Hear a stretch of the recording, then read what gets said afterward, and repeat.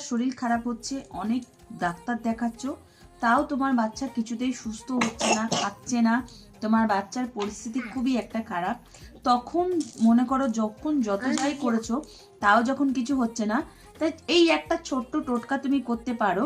রবিবারের দিনকে একটা ডিম নেবে, বাচ্চাকে মনে করো অ্যান্টিগলসে 3 বার করে এরকম ঘোরানোর পর মনে করো তারপরে 7 বার করে এরকম ওপর থেকে নিচ অব্দি ঘোরাবে, ওপর থেকে নিচে যাবে, নিচের থেকে কিন্তু ওপরে যাবে না, ওপর থেকে নিচবার এরকম করে ঘোরাবে।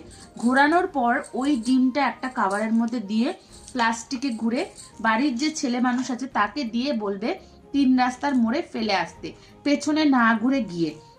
তারপরে বাচ্চার জামা কাপড় তুমি বদলে দেবে, তুমি যে ঘরে রয়েছে জামা কাপড় বদলে দিয়ে তাকে ভালো করে শরীর টরিল মুছিয়ে দেবে, আর যে বাইরে থেকে আসবে ফেলে তাকে বলবে হাত মুখ ধুয়ে আসতে, দেখবে তোমার বাচ্চা সুস্থ হয়ে যাবে 2 দিনের মধ্যে। ভিডিওটা ভালো লাগলে সাবস্ক্রাইব করো।